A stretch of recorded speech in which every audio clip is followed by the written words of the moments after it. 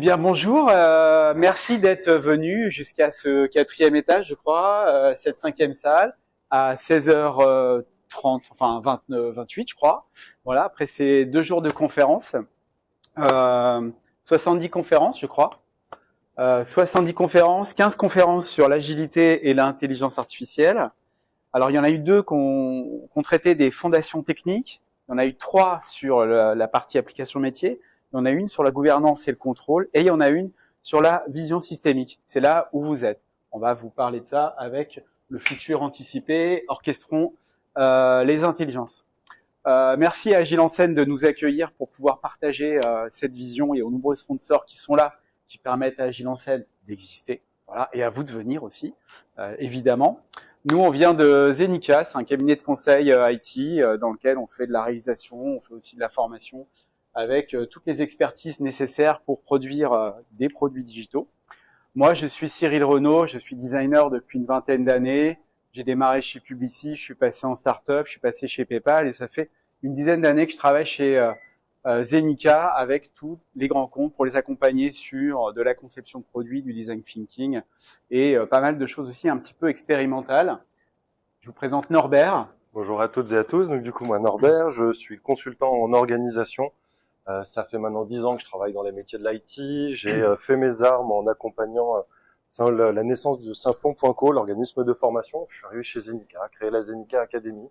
Après, j'ai accompagné le groupe Michelin sur la constitution et l'industrialisation du système de formation pour les 4500 développeurs au monde. Et puis, j'ai eu le plaisir de travailler à la RATP également récemment.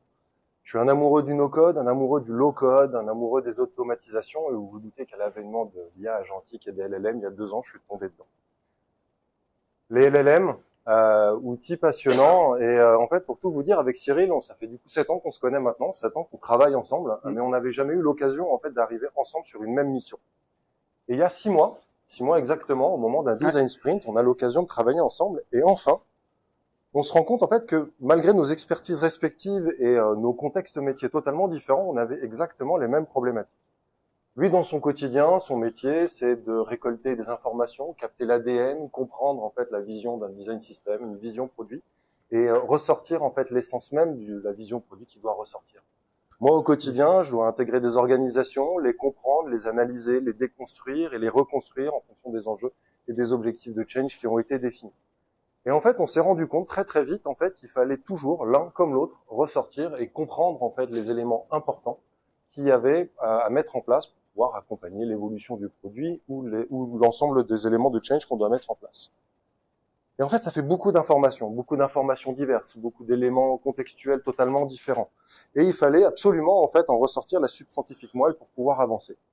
On s'est rendu compte également, en tant que société de conseil, qu'on travaille avec beaucoup d'experts sur différents domaines et qu'il fallait toujours comprendre une réponse à appel d'offres et essayer de faire cette solution, cette réponse Big Bang en fonction d'un contexte métier, en fonction des expertises des uns et des autres.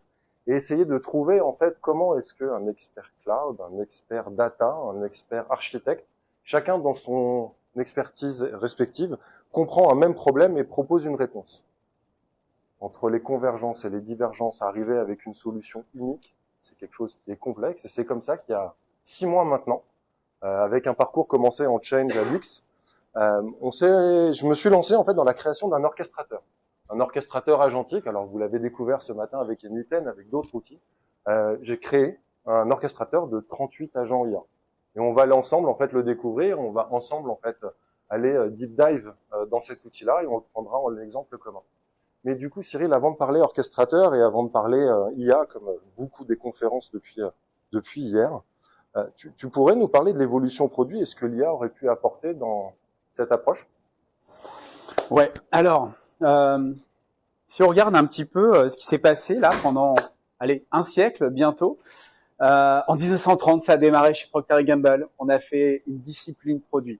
Voilà, en 2025, bientôt 100 ans. Ouais. En 100 ans, on a créé des méthodes, on les a améliorées, on les a réécrites, on les a transformées et on continue à les faire évoluer. C'est un siècle aussi qui nous a bien marqué avec une révolution industrielle, avec la taylorisation, avec la société de consommation, l'arrivée des médias dans les foyers, l'arrivée bien sûr d'Internet, du web, du mobile. On a à chaque fois réagi, on s'est transformé, on a réagi et en fait, Aujourd'hui, si on regarde un petit peu tout ça et si on regarde un petit peu toutes ces méthodes, on se pose la question, est-ce que l'IA pourrait m'aider dans ces méthodes à faire quelque chose? Est-ce que je peux continuer à faire évoluer ces méthodes ou pas? Alors en fait, si on regarde, on peut imaginer que oui. Si je prends déjà le gain de temps, évidemment, l'IA va m'aider à pouvoir digérer, synthétiser, analyser massivement des données pour me donner des résultats très rapidement et synthétiser ces éléments-là. Si je souhaite créer des prototypes, je vais créer des prototypes à la volée, je vais pouvoir faire de l'idéation et du test quasiment à la volée, c'est-à-dire que je vais raccourcir la boucle du test and learn et rapidement commencer à avoir des résultats. Donc en fait, finalement, cette IA pourrait être un prisme de complémentarité, une alliance entre l'intelligence artificielle et ses supercalculs et nous, notre expérience humaine. En travaillant avec cette intelligence, cela peut nous permettre de développer de meilleurs produits. En tout cas, ils peuvent être plus fins, ils peuvent répondre peut-être un peu plus précisément à des besoins dont on n'aurait pas connaissance. Donc, c'est un petit peu ça qui est intéressant aujourd'hui parce que cette approche, elle est hybride et elle est en train de se construire et je crois que tout le monde se pose pas mal de questions. On commence à avoir une théorie qu'on va essayer de partager avec vous justement durant cette présentation. Mais alors, comment est-ce qu'on va pouvoir mettre ça en place? On va peut-être commencer par là. Là, je vais te laisser parler un petit peu de la mise en place dans une organisation. La base, déjà, qu'est-ce qu'on fait? J'aime bien ce que tu dis. Le seul truc, Cyril, en fait, c'est que là, tu pars du principe, en fait, toutes les organisations, toutes les entreprises, toutes les équipes, tous les individus sont déjà, en fait, alignés avec l'incrément de ce nouvel outil, avec ces nouvelles méthodes, avec la collaboration avec la machine au quotidien, avec des IA génératives qui vont nous proposer des modèles.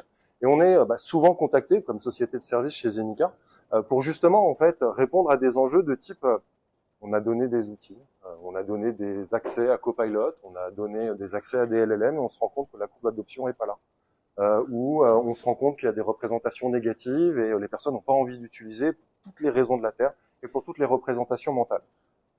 Du coup, en fait, on est arrivé sur ces 4 piliers fondamentaux de compréhension de l'adoption de l'IA dans une organisation et dans des équipes. La première, c'est d'intensifier la digitalisation. C'est-à-dire penser l'ensemble des processus, l'ensemble des séquences de production au métier comme autant d'éléments pédagogiques pour partager de la connaissance, pour documenter, pour apprendre les uns des autres. Deuxième pilier, on s'est rendu compte également, en fait, qu'il fallait, dans un premier temps, avant de donner des accès totaux à différents types de solutions, qu'il fallait outiller les individus avec des outils très spécifiques qui étaient adaptés à des problématiques simples du quotidien pour essayer de les augmenter dans leurs capacités professionnelles. On s'est rendu compte également qu'il fallait formaliser une stratégie, définir des OKR, définir des KPI, définir en fait toutes les étapes de la roadmap par lesquelles on va passer pour s'assurer que la représentation mentale se transforme directement en acceptation et en utilisation au quotidien. Et enfin, et c'est l'élément clé sur lequel on reviendra énormément durant cette présentation, c'est le facteur humain.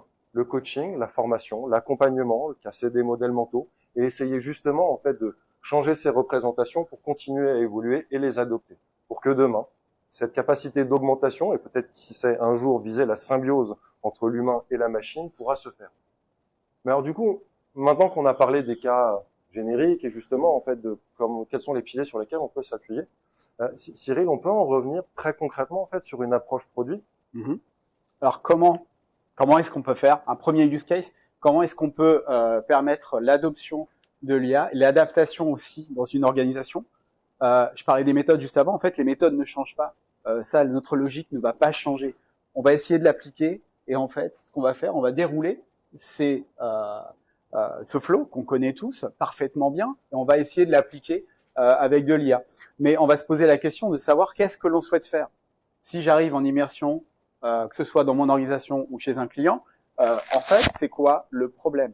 Qu'est-ce que je vais aller chercher? Qu'est-ce que je vais vouloir améliorer? Je vais me donner aussi quelque chose qui va être faisable, identifiable, mesurable. Donc, on va partir en immersion, on va aller voir les besoins, on va essayer d'évaluer un petit peu ces éléments-là. Une fois que l'on aura fait ça, on va le définir, ce que l'on souhaite faire. Et bien sûr, on va essayer, on va mettre un POC en place. Pourquoi? Parce qu'on veut apporter de la valeur. On veut prouver qu'on amène de la valeur avec de l'IA chez ces personnes qui sont en train de travailler, qui vont utiliser cet outil ou ces clients demain qui vont bénéficier de ces services. Si on a fait tous ces 4 leviers précédemment, c'est magique. Pourquoi? Parce qu'on va pouvoir le déployer vraiment sur des datas de qualité. Et tout va très très bien marcher. Ce qui va se passer, c'est qu'on va avoir des résultats. On va avoir des feedbacks et on va pouvoir itérer, améliorer, comprendre ce qui se passe, comment ça se passe, et pouvoir rassurer aussi ces nouveaux utilisateurs qui vont utiliser un nouveau service et qui vont du coup peut-être gagner du temps dans leur travail, ou alors peut-être qu'il peut y avoir des projets sur lesquels non, j'en perds, etc. Donc voilà, a priori, il n'y a aucune raison pour que ça ne marche pas, puisque finalement, l'IA, c'est un levier de transformation continue. Elle nous aide. On est là pour la driver. Elle va juste nous aider à aller peut-être un peu plus loin et faire gagner encore plus de temps à certaines personnes pour travailler en bonne intelligence. En bonne intelligence, oh, merci Dupont, c'est sympa. Bonne intelligence. J'aime bien garder en tête en fait la réponse à la question sur la vie, l'univers et tout le reste. Vous savez, ce fameux 42 en fait, c'est on considère chez Zenica que l'IA, les LLM et l'agentique en fait, c'est juste des super calculettes avec des pouvoirs complémentaires, permettent de faire des choses en plus, c'est sûr. Après, est-ce que le LLM ou l'IA est nécessaire et un simple processus logiciel pour remplacer la problématique? On en reste aussi convaincu. Au-delà de ça, ce qui est passionnant en ce moment, justement, dans toutes ces démarches-là, en fait, c'est de se poser la question, en fait, de la différence entre l'humain et la machine. Qu'est-ce qui fait notre unicité? Qu'est-ce qui fait notre particularité? À l'un comme à l'autre. Comment est-ce qu'on peut s'appuyer sur la super calculette qui est l'IA? Comment est-ce qu'elle a la capacité à définir des patterns? Comment est-ce qu'elle a la capacité à être consistante? Je sais pas vous, mais si moi on me pose une question à 23h30 un vendredi ou un lundi matin à 9h, je vais peut-être pas répondre de la même manière. Une machine, oui. Le LLM, toujours de la même manière. Au-delà de ça, ce qui fait notre unicité en tant qu'humain, j'ai envie de dire que ce sera les émotions. C'est notre capacité à percevoir, à concevoir, notre capacité à ressentir et à avoir des émotions. Notre capacité à croire dans cette probabilité 3% d'une idée en se disant c'est celle-là qu'il faut que je prenne, c'est celle-là qu'il faut que je sélectionne. Notre capacité aussi à comprendre différents types de contextes, que ce soit des contextes culturels, que ce soit des contextes économiques, des contextes au niveau des organisations. Bref, notre capacité en fait à nous adapter constamment et également à nous projeter en fait sur des impacts au 2e, 3e, 4e et 5e degré. Mais pour parler d'intelligence et pour parler de complémentarité, on va déjà dans un premier temps, même avant de passer à la slide d'après, j'ai juste envie de vous poser une question. J'aime bien parler tout seul, mais j'ai envie de vous entendre 2 secondes. Dans la salle, là, vous êtes à quel niveau d'utilisation des LLM? Premier niveau, je discute avec ChatGPT, je pose des questions et j'utilise des agents qui sont préconfigurés. Levez la main. D'accord, on va arrêter de voter. Très bien, merci. Ok, cool. Slide d'après, du coup, on y va. Alors, tout à l'heure, je vous parlais d'un orchestrateur de 38 agents. Vous l'avez vu ce matin en ouverture, et c'était assez impressionnant ce qu'on a pu faire avec N8N. Je ne sais pas si vous étiez dans l'atelier de nos amis de chez TIGA, mais top. Vraiment top. Par contre, les erreurs machines avec N8N, ça m'est arrivé, et c'est pour ça que j'en suis ressorti, et que je suis allé sur les orchestrations et avec le vibe coding. Mais on en reparlera, et ça, ce sera une autre conférence. L'orchestrateur des 38 fonctionne de la manière suivante. Vous avez des acteurs qui sont là pour produire des choses. Vous savez, les fameux agents qu'on voyait tout à l'heure et qui vont produire des artefacts. On nous montrait ce matin à la keynote, à juste titre, en fait, qu'il fallait tester, en fait, les différents acteurs, les différents agents qu'on était en train de créer sur de la cohérence, sur du ton, sur des éléments de langage, sur des manières d'exprimer les choses. Bref, qu'il fallait absolument, en fait, avoir des variables d'ajustement et des focales, des lens pour analyser, en fait, la production de l'artefact. Ben, c'est exactement comme ça que cet orchestrateur qui a été construit fonctionne. Vous en avez un qui produit. Vous en avez toute une série qui vont analyser, en fait, l'artefact. S'il y en a un qui dit non, il le renvoie à l'acteur avec un feedback de l'ensemble du positif et du négatif. Il va reproduire et il va ensuite de ça repasser la phase de test pour ensuite arriver sur le facteur clé, c'est-à-dire le facteur humain. N8N est très puissant, permet de faire énormément de choses et permet justement de la facilitation visuelle. Là, ce qu'on est en train de soulever comme sujet, en fait, c'est la relation de l'homme et de la machine. Notre responsabilité à nous, en tant qu'être humain, dans l'utilisation de ces outils-là. Le fameux human in the loop. Quand un agent qui a créé un artefact va produire un document, un élément, on sera là, nous, en tant qu'être humain, soit pour le valider, soit pour le modifier, soit pour continuer à itérer avec ce même agent pour qu'il puisse reproduire l'artefact comme on veut. L'avantage de faire ça, quand on met ça dans une base de données, c'est qu'après, on va pouvoir avoir toute une audit de traçabilité. Qu'est-ce qui a été produit par la machine? Qu'est-ce qui a été produit par l'humain? Qu'est-ce qui a été modifié par l'humain? Et comment est-ce qu'on est arrivé à l'artefact final? Je crois qu'on est tous au courant d'un article qui est paru il n'y a pas très longtemps d'une production faite par la machine qui a été facturée à 250 000 euros. Aujourd'hui, avec ce type de solution et avec justement une réflexion sur comment est-ce qu'on peut tracer la production de la machine et la prise de décision, la validation de l'humain, c'est précisément en fait ce type d'architecture qui nous permet d'aller vers cette solution. Et maintenant, on va aller un petit peu plus loin dans la compréhension d'un agent quand on est en train de le construire. Je reprends toujours la keynote de ce matin parce que je l'ai trouvée passionnante et assez déstabilisante sur plein d'aspects. Pour produire toute une équipe produit en agent, c'est waouh, impressionnant. Sans humain in the loop, deux, trois choses qui me dérangent quand même. Au-delà de ça, on parlait tout à l'heure d'augmentation, c'est-à-dire donner des super pouvoirs à l'humain. Mais pour pouvoir le faire, il faut configurer nos agents avec différents mécanismes et différentes variables pour s'assurer d'avoir un agent qui fait exactement ce que l'on veut. Toujours avec le lens derrière qui permettra en fait de modifier cet agent et modifier les artefacts qui seront produits. Première chose, un système de gouvernance au sein même de l'agent. Mettre ses métadonnées, son nom, sa description et ce à quoi il est défini et ce à quoi il est censé faire. Également des notions de sécurité. Mettre en place des barrières pour éviter le prompt jacking ou pour éviter de faire en sorte que quelqu'un qui serait mal intentionné demande à l'agent de faire autre chose que ce pourquoi il a été produit.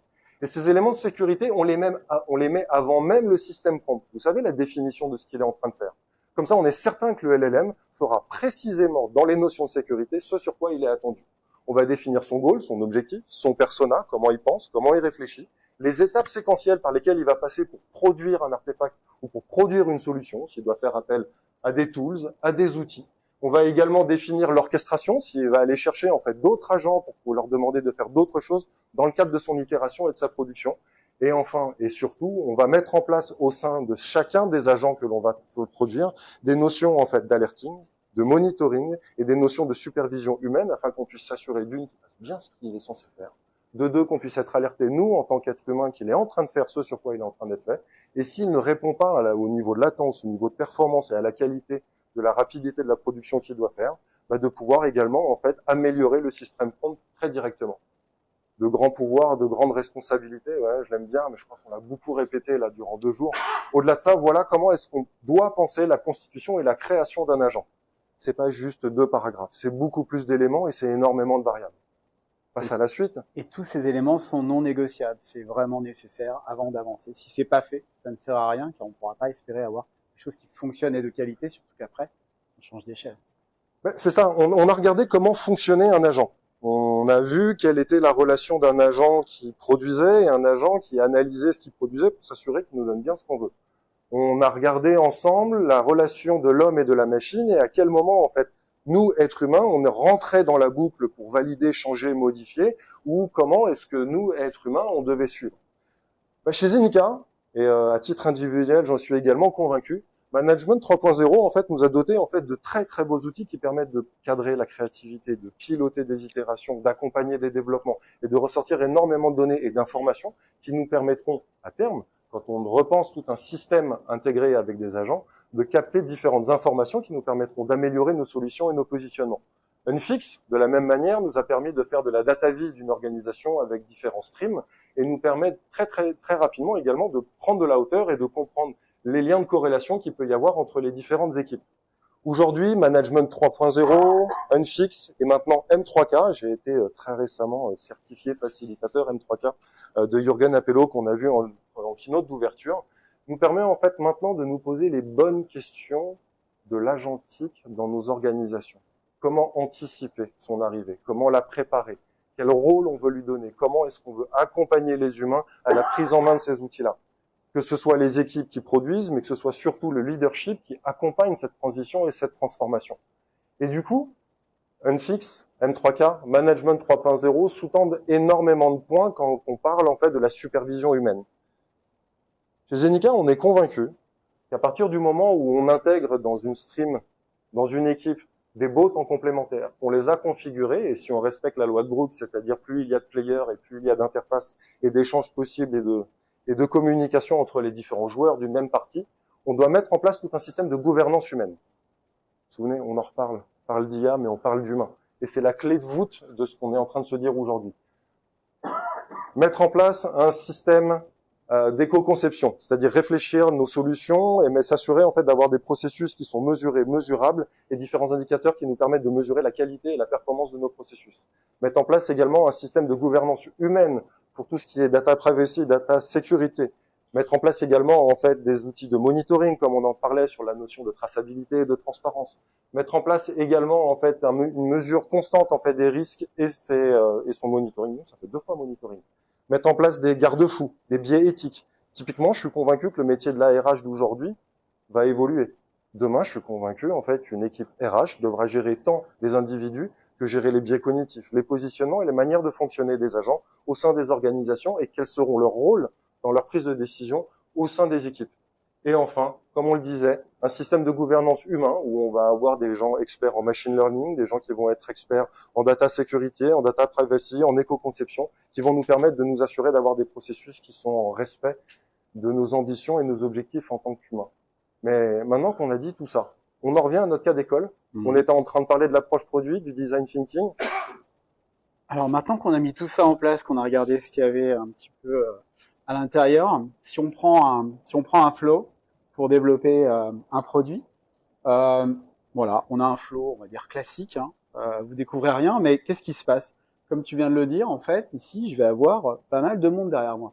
Quelques agents qui vont travailler à chaque fois, dans chaque étape, dans chaque spécialité, pour affiner, travailler et calculer et me donner des livrables, des résultats, pour me challenger à chaque étape. Et c'est ça qui va être intéressant. Quelque part, on va être obligé de bien travailler. Je crois qu'il y a des étapes qu'on va pas pouvoir bypasser si on veut rester dans la logique. Ça, c'est plutôt pas mal. Ça veut dire qu'on va avoir plus de moyens aussi. J'ai pas assez de budget, j'ai pas assez de personnes. Il y a peut-être des choses que je peux faire à un moment donné parce que je suis équipé, alors qu'aujourd'hui, je peux pas. Si je prends déjà dès le début la formalisation des besoins, nous, quand on reçoit des fois des formalisations de besoins, c'est pas toujours très clair. Alors, est-ce qu'on l'exprime bien aussi? On ne sait pas. Est-ce que vraiment c'était actualisé? Est-ce qu'on a été plusieurs là-dessus? On ne sait pas trop. Aujourd'hui, on pourra peut-être mettre plus de contexte et plus d'analyse dans les éléments des pourquoi, des besoins, que ce soit exprimé ou à réception derrière, pour pouvoir avoir un document qui soit plus qualitatif.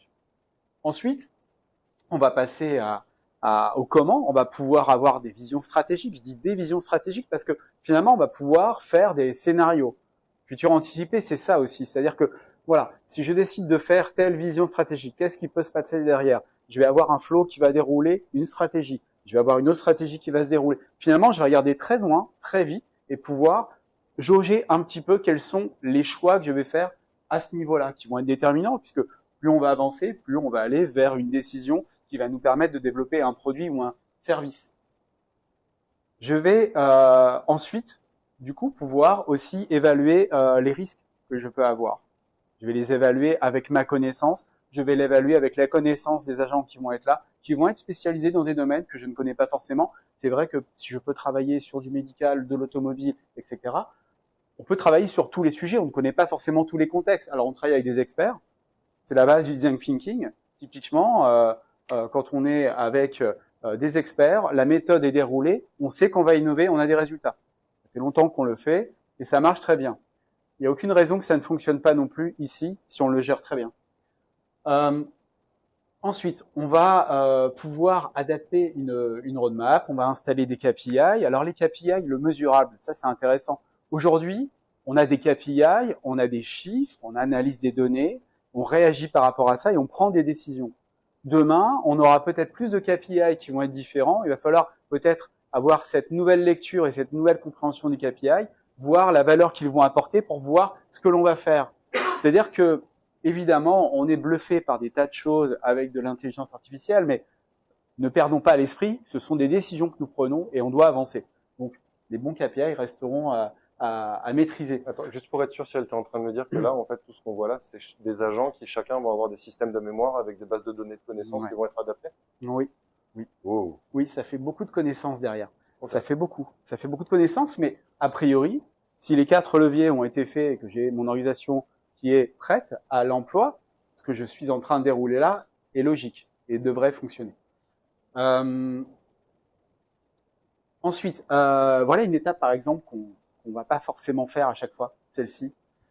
J'ai pas le temps de communiquer, j'ai pas le temps de former, on va sortir le produit, c'est comme ça, et puis on verra bien ce qui se passe sous la nouvelle fonctionnalité. Bah non, en fait, là, on peut vraiment avoir un plan de formation adapté, personnalisé à chaque équipe. On peut avoir ce plan de communication qui va être mis en place très rapidement, au moins la base, sans avoir eu besoin de faire appel à une agence particulièrement. Mais on ne peut plus bypasser certaines étapes, on peut les faire réellement, en tout cas, avec du MVP à chaque fois, mais qui répond aux besoins. Et c'est ce qu'on souhaite, c'est délivrer de la valeur à chaque fois et se garantir qu'elle va servir.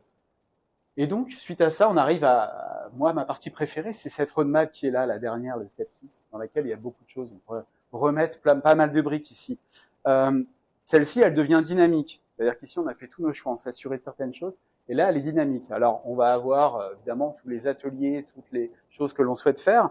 Mais on a un super joueur à côté, on a avec une belle connaissance derrière, qui va pouvoir nous challenger. Faire des iMate ensemble, c'est très bien. Et aussi avoir une intelligence artificielle à côté de nous, c'est parfois surprenant. Et vous savez, en fait, ça me fait penser à ce que j'ai entendu il y a récemment, un médecin, un psychiatre, qui mettait ChatGPT en fait en continu. Et en fait, il intervenait pas pendant la séance. Mais en fait, il disait qu'il y avait 30% de choses auxquelles lui ne pensait pas. Vous savez, ces 30%, en fait, c'est toujours intéressant de les avoir autour de la table, d'avoir ces réflexions, etc. Ça peut rebooster l'équipe, ça peut les challenger, etc. Donc, il y a vraiment un facteur clé ici intéressant. Je m'arrête là parce que je pourrais en parler longtemps de ça. L'idéation. Alors, on va prototyper, on va faire... Je suis designer. Je vais prototyper encore plus rapidement, et pourtant en design sprint, je prototype des flows de 8 écrans avec un parcours en une demi-journée. Avec l'IA, je vais aller encore plus loin, plus vite, peut-être avoir toutes les versions et pouvoir tester plutôt plusieurs hypothèses. Je vais avoir plusieurs choix et on verra ce qui va se passer. Encore une fois, c'est pas parce que ça va aller vite que je vais dire que c'est bien. C'est juste que je vais avoir le choix. Et ça, c'est autre chose. Avoir le choix, c'est quand même un problème de riche, je trouve. Et donc, de la même manière, on va développer le MVP. Et le MVP, c'est pareil, c'est toujours ce problème, on va pas assez vite, encore une fois. Là, on va peut-être pouvoir le faire encore mieux. Il y a beaucoup de travail là-dessus, sur toutes les expertises pour travailler avec ça. Et donc, bien sûr, tester, itérer et puis prendre des décisions. Donc, tout ça, c'est super. C'est la preuve que l'innovation avec de l'IA peut nous permettre d'accélérer notre vision. Dès le début, je peux commencer à l'accélérer. Je gagne du temps. On l'a vu juste avant, donc je gagne du temps. Je suis beaucoup plus efficace dans mon entreprise. Je peux améliorer des choses sur la rationalité. Mon entreprise sera peut-être plus viable et mes produits peut-être plus désirables aussi. C'est encore une fois le design thinking qui revient au milieu. C'est les lens du design thinking, les trois qu'on garde de base. Je vais garder des tâches automatisées. Il se passe quoi ici? Vous libérez du temps à vos collaborateurs qui vont permettre d'avoir plus de temps. Pourquoi? Pour produire de la valeur, s'intéresser à plus de choses qui apportent de la valeur en tout cas, ou faire le travail différemment. Et ça, c'est un vrai gain. Je pense qu'on a tous envie de ça et c'est ce qu'on souhaite. Des insights, j'en ai parlé tout à l'heure, des choses qui sont challengeantes. On ne va pas imaginer forcément avoir ces insights-là ou d'une manière très large, ou aller faire de la user research de manière très globale et aller très loin. C'est pareil, on n'a pas forcément ça. Permettre la personnalisation, je parlais du vibe coding avec tout à l'heure des IHM. Imaginez que demain, finalement, je n'ai plus de limite et que je décide que finalement, mon interface sera personnalisée à chaque cible en temps réel, à chaque personne et que ça me coûtera pas plus cher, en fait. Parce que c'est juste que je saurais ce qui se passe avec tel utilisateur que je pourrais lui proposer. J'aurai plus de limite de développement et de création et de personnalisation. Ça ne prendra pas plus de temps. Pourquoi ça prend combien de temps un design sprint habituellement? C'est 4 jours, c'est quand même pas beaucoup. Mais on fait pas autant de choses quand même. Et le processus, il prend combien de temps? Le processus, si je dis pas de bêtises, parce que je disais 5, mais non, c'est 2,36, 2,35. C'est le temps d'une chanson courte. En fait, c'est le temps d'une chanson. En fait, c'est ça. C'est ça. Le résultat de l'orchestrateur avec le rapport complet, 2 minutes 30. C'est ça? C'est exactement ça. 2 minutes 36 pour une itération complète avec l'ensemble des artefacts que vous avez découvert juste ici. L'idée, en fait, c'est et ça a été évoqué par d'autres, en fait, sur d'autres conférences, mais c'est d'éviter le syndrome de la feuille blanche, partir avec de la matière, avoir la capacité à la challenger et à la co-construire, en fait, en fonction des différentes expertises qui sont dans la salle.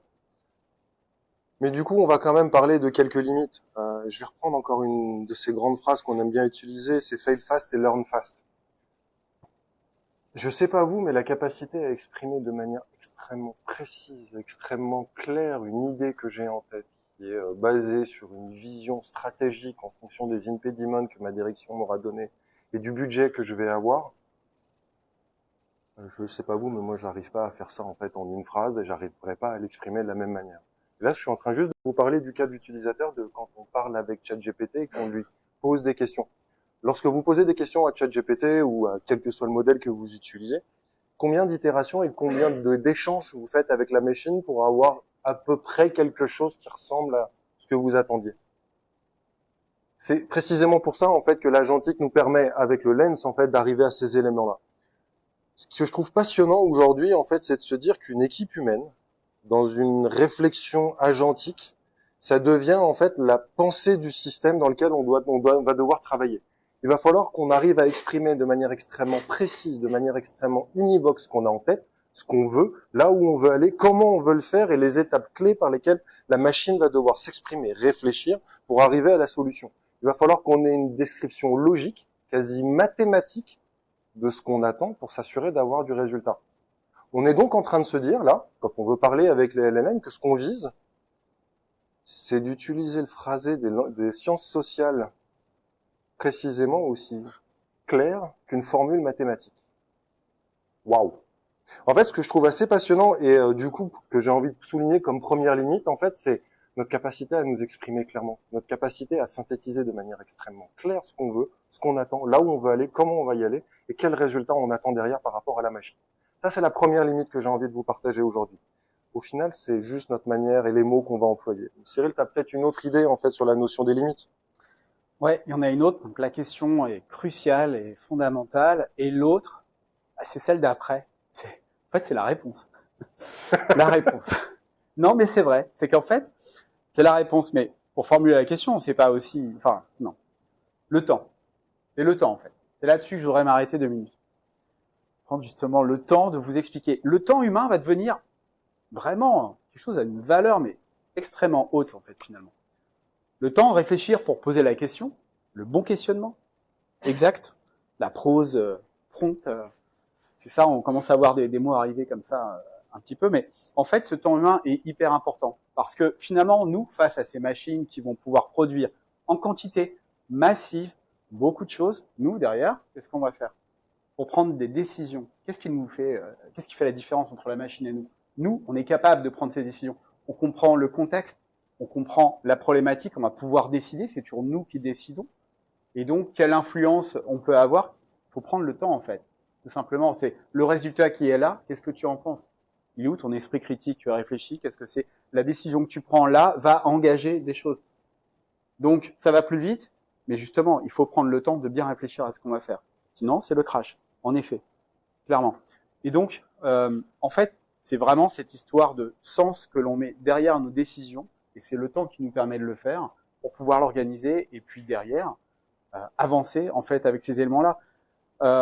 On va pouvoir produire des rapports très rapidement. Le rapport dedans, c'est quand même tous les experts qui ont travaillé ensemble, tous ces agents avec les autres agents, etc., qui font le rapport. C'est pas moi qui... Alors, le rapport de 60 pages, je vais mettre combien de temps à le lire, à comprendre et à voir les enjeux. Et ça, c'est juste pour me challenger. Donc, il y a toute cette partie-là qui est hyper intéressante et qui aujourd'hui pose, je trouve, des nouvelles donnes. C'est comment est-ce qu'on travaille aussi ensemble. De ce côté-là, je reçois une information, je prends une décision, comment je facilite un atelier design sprint avec de l'IA et des joueurs qui sont ici. Qu'est-ce qui va se passer? Je le vois déjà en atelier, en fait, quand elle est là, etc. Alors, on se repose sur une technologie qui est là, mais parfois par facilité et non pas par challenge. Donc, il faut qu'on garde, nous, à l'esprit, en fait, ce qu'on souhaite, c'est obtenir des objectifs d'innovation et non pas trouver juste des solutions de facilité. Donc, le temps va devenir une valeur très utile. Tu pourrais nous donner un exemple d'un test qu'on a fait avec l'orchestrateur? Alors là, ouais, on va aller en arrière. Rétro-test, c'est un nouveau mot que j'aime bien. Ici, on a une timeline, c'est des design sprints qu'on a fait avec un de nos clients en 2021. Il est venu nous voir pour créer un nouveau produit à partir de zéro. Génial, j'adore ça. On fait un design sprint, on est hyper content. Lui aussi, tellement qu'on va développer tout de suite le produit en un temps record. 6 mois après, il est sur le marché. Ensuite, deuxième version, le produit commence à vraiment bien fonctionner, à manger les autres produits d'ailleurs un peu. Donc très content, on continue à travailler ensemble et on continue à aiguiser notre vision produit au fil du temps, voilà, tous les ans, en redéfinissant un peu ce qu'il va devenir. Et donc j'ai voulu tester les 38 agents et donc je me suis fait plaisir. J'ai pris toutes les insights que j'avais, tous les livrables que je prends ici sur le design sprint, sans lui donner les réponses que l'on avait choisies. Il a mouliné 2 minutes 30, exactement. Je sais pas ce que j'avais écouté à ce moment-là. Et derrière, il va fournir plusieurs choses. Et donc, là, on va s'intéresser sur les 10 propositions qu'il fait. On lui a dit 10, ça suffit, c'est déjà très bien. Et dans les 10, en fait, eh bien, il y a une proposition, c'est celle-ci, que nous, on a décidé de prendre au Design Sprint cette année. Alors, qu'est-ce que ça veut dire? Qu'est-ce qu'on aurait fait, nous, en 2021? Est-ce qu'on aurait fait ce choix? Peut-être pas. On n'était peut-être pas prêts. Et d'ailleurs, nous, on est hyper contents, c'est que on a développé le produit, il est sur le marché, on a travaillé ensemble, on a eu la confiance, on a réussi à avancer dans la bonne direction. Donc déjà, ça, nous, on regrette pas du tout. Moi, là où je suis plutôt satisfait, c'est de me dire que l'orchestrateur a quand même suivi les guidelines que nous, on lui a donné et qui nous a proposé parmi ses idées celles que nous, on a décidé de prendre. Donc, ça prouve pour moi que cette avancée en parallèle fonctionne. Maintenant, il faut qu'on voit comment est-ce que l'on travaille ensemble pour obtenir satisfaction. Et on en revient à tout ce qu'on a dit précédemment. La décision, prendre le temps, avoir le socle de data, etc., qui va être parfaitement calibré pour pouvoir avancer. Mais encore une fois, c'est donc le futur anticipé, c'est ça, c'est quel choix on aurait fait en 2021 si on avait eu l'orchestrateur, quel choix on fait aujourd'hui, quel choix on fera demain. Et aujourd'hui, donc tout revient ici, c'est le choix que vous allez faire avec cet outil qui va vous permettre de rêver un petit peu et d'aller loin. Autre exemple de test, je me suis amusé à demander à GPT de me faire une analyse de la situation socio-économique de la ville de Paris, en lui disant « donne-moi des idées sur comment améliorer la situation de Paris ». J'ai eu la politique de notre maire actuelle qui était décrite à 75% de la valeur et ça m'en a beaucoup amusé. Je vous ai parlé tout à l'heure d'une aventure que j'avais pu passer à la RATP. J'ai donné seulement les objectifs de la mission et les quelques insights avec les premières interviews et j'ai eu validation de 80% de tout ce que j'avais fait en fin de mission. Je vous rassure, je l'ai pas fait en début de mission, je l'ai fait en fin de mission pour valider ce que j'avais fait et si j'avais peut-être oublié des choses. Et ça m'a donné des idées complémentaires. Donc je me suis dit, tiens, ça j'aurais peut-être pu le faire. Je l'ai aussi essayé sur ma vie amoureuse avec ma conjointe, mais ça je vais pas trop vous en parler. Au-delà de ça, c'est dommage, je suis sûr que ça passionne tout le monde et que de voir les résultats qu'on peut obtenir. Je ne parlerai pas de mes enfants, c'est pas possible.